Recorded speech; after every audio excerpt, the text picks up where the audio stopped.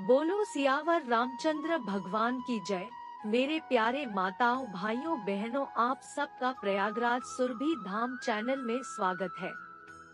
हम सब सुनने जा रहे हैं इंदिरा एकादशी व्रत कथा। चलिए सुनते हैं। आश्विन मास कृष्ण पक्ष की इंदिरा एकादशी का महात्म्य। युधिष्ठिर ने पूछा, मधुसूदन कृपा करके मुझे यह बताइए कि आश्विन के कृष्ण पक्ष में कौन सी एकादशी होती है। भगवान श्री कृष्ण बोले, राजन, आश्विन कृष्ण पक्ष में इंदिरा नाम की एकादशी होती है। उसके व्रत के प्रभाव से बड़े बड़े पापों का नाश हो जाता है। नीच योनि में पड़े हुए पितरों को भी यह एकादशी सद्गति देने वाली है। राजन, पूर्व काल की बात है। सत्ययुग में इंद्रसेन नाम से विख्यात राजकुमार थे, जो अब माहिष्मतीपुरी के राजा होकर धर्म पूर्वक प्रजा का पालन करते थे। उनका यश सब और फैल चुका था। राजा इंद्रसेन भगवान विष्णु की भक्ति में तत्पर हो गोविंद के मोक्षदायक नामों का जप करते हुए समय व्यतीत करते थे और विधि पूर्वक अध्यात्म तत्व के चिंतन में संलग्न रहते थे। एक दिन राजा राजसभा में सुखपूर्वक बैठे हुए थे। इतने ही में देवर्षि नारद आकाश से उतरकर वहां आ पहुँचे।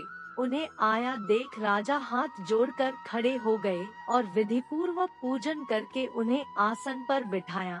इसके बाद वे इस प्रकार बोले, मुनिश्रेष्ठ, आपकी कृपा से मेरी सर्वथा कुशल है। आज आपके दर्शन से मेरी संपूर्ण यज्ञ क्रियाएं सफल हो गयी।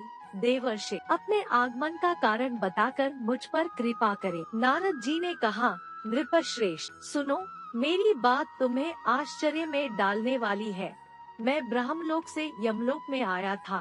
वहाँ एक श्रेष्ठ आसन पर बैठा और यमराज ने मेरी भक्ति पूर्वक पूजा की।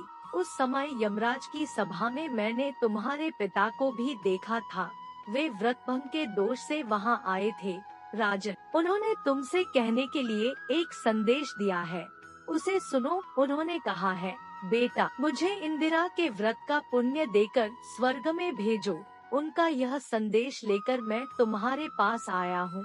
राजन, अपने पिता को स्वर्गलोक की प्राप्ति कराने के लिए इंदिरा का व्रत करो। राजा ने पूछा, भगवान, कृपा करके इंदिरा का व्रत बताइए, किस पक्ष में, किस तिथि को और किस विधि से उसका व्रत करना चाहिए। नारद जी ने कहा, राजेंद्र सुनो, मैं तुम्हें इस व्रत की शुभकारक विधि बतलाता हूँ। आश्विन मास के कृष्ण पक्ष में दशमी के उत्तम दिन को श्रद्धायुक्त चित्त से प्रातःकाल स्नान करे, फिर मध्याह्न काल में स्नान करके एकाग्रचित्त हो एक समय भोजन करे तथा रात्रि में भूमि पर सोए। रात्रि के अंत में निर्मल प्रभात होने पर एकादशी के दिन दातुन करके मुंह धोए। इसके बाद भक्ति भाव से निम्नांकित मंत्र पढ़ते हुए उपवास का नियम ग्रहण करे। अद्य स्थित्वा निराहारा सर्वभोग विवर्जिता शो भोक्षे पुंडरीकाक्ष शरण में भवाचु कमलनयन भगवान नारायण। आज मैं सब भोगों से अलग हो निराहार रहकर कल भोजन करूँगा। अच्यु, आप मुझे शरण दे। इस प्रकार नियम करके मध्याह्न काल में पितरों की प्रसन्नता के लिए शालग्राम शिला के सम्मुख विधि पूर्वक श्राद्ध करे तथा दक्षिणा से ब्राह्मणों का सत्कार करके उन्हें भोजन करावे। पितरों को दिए हुए अन्नमय पिंड को सूंघकर विद्वान पुरुष गाय को खिला दे। फिर धूप और गंध आदि से भगवान ऋषिकेश का पूजन करके रात्रि में उनके समीप जागरण करे। तत्पश्चात सबेरा होने पर द्वादशी के दिन पुनः भक्ति पूर्वक श्रीहरि की पूजा करे। उसके बाद ब्राह्मणों को भोजन कराकर भाई बंधु नाती और पुत्र आदि के साथ स्वयं मौन होकर भोजन करे।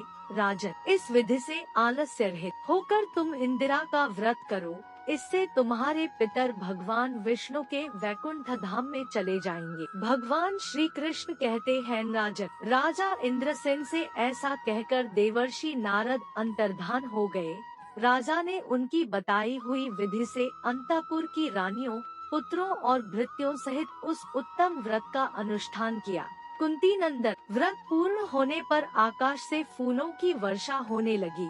इंद्रसेन के पिता गरुड़ पर आरूढ़ होकर श्री विष्णुधाम को चले गए और राजर्षि इंद्रसेन भी अकंटक राज्य का उपभोग करके अपने पुत्र को राज्य पर बिठाकर स्वयं स्वर्गलोक को गए। इस प्रकार मैंने तुम्हारे सामने इंदिरा व्रत के महात्म्य का वर्णन किया है। इसको पढ़ने और सुनने से मनुष्य सब पापों से मुक्त हो जाता है।